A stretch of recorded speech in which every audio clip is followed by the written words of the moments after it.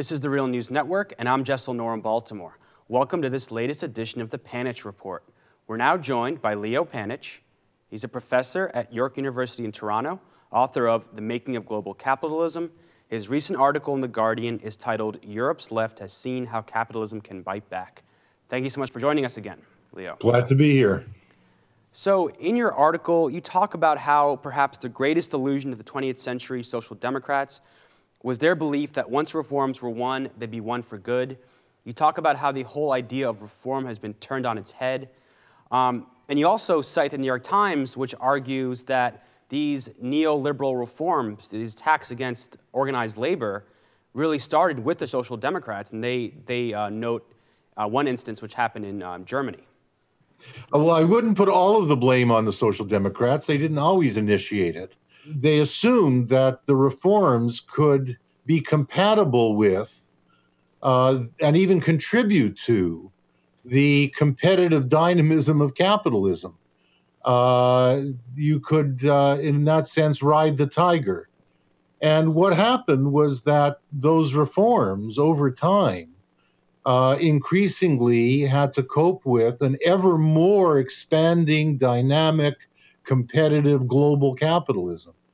And they were either worn away by it in the way the New Deal financial reforms couldn't contain the enormous financial system that they'd been the incubator of through the post-war period. The finance just outgrew the New Deal regulations. Well, similarly, with the social democratic reforms in Europe, the welfare state reforms, they were blown apart by the extent to which people increasingly lived in a commodified society and got in the way to some extent of the competitiveness and growth of that society. In that sense, either the reforms were undone directly by the capitalist economy, or social democratic politicians responded to neoliberal arguments for the need to remove those reforms to make each economy competitive by, yes, as you said, taking the lead on removing those reforms, making labor markets more flexible, defeating trade unionism, introducing all kinds of privatization and commodification in public services and public goods, etc. And you note the party Syriza in Greece has taken this notion of reform and challenged how it's defined, and now they're leading the polls in Greece, and they're poised to perhaps make a splash across Europe in the way in how they challenge these policies. Yes, Syriza alone has said we're not accepting this redefinition of reform. For a century, the notion of reform was designed to be about the amelioration of market forces.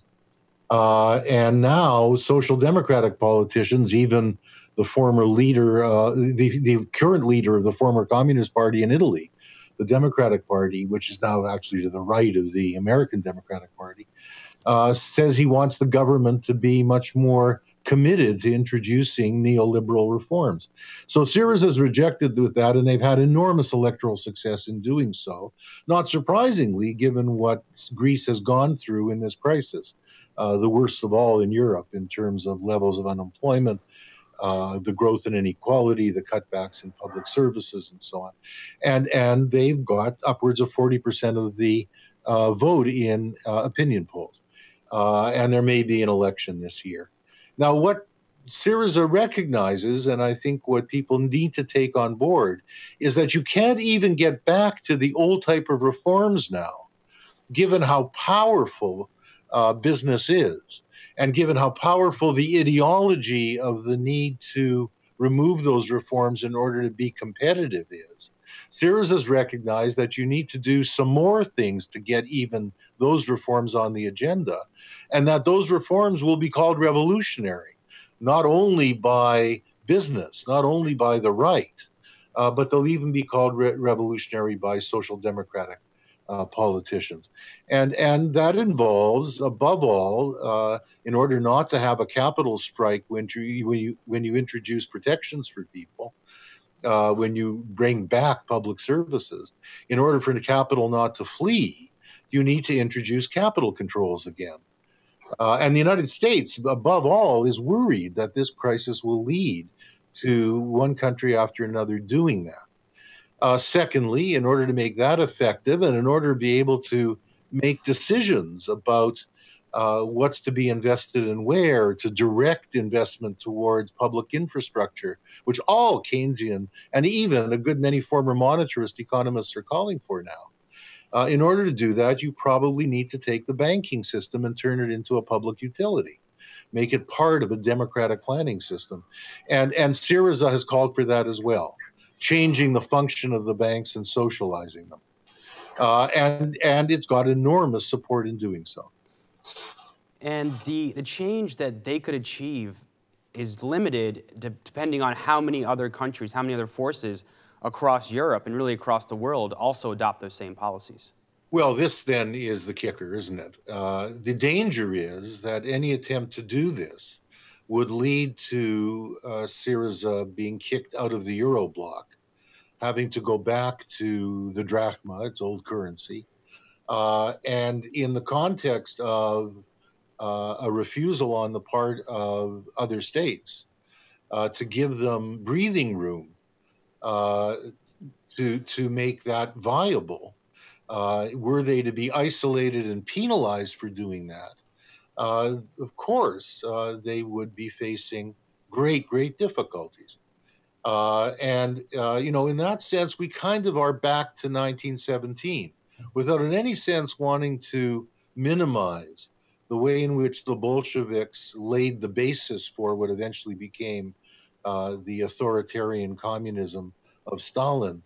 To some extent, to a large extent, it was their expectation in 1917 that a revolution in the weakest link would lead to a similar development in Northern Europe, above all in Germany, and that didn't happen.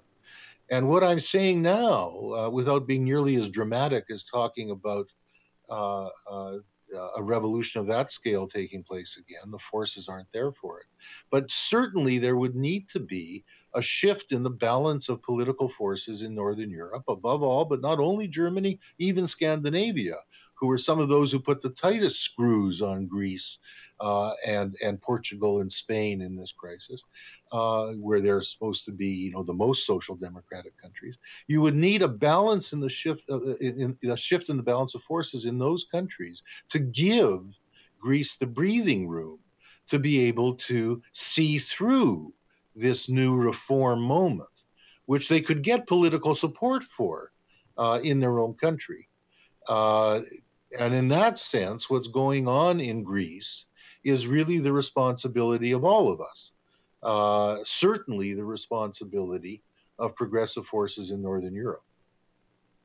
Leo Panitch, thank you so much for joining us, and we'll certainly keep following this story.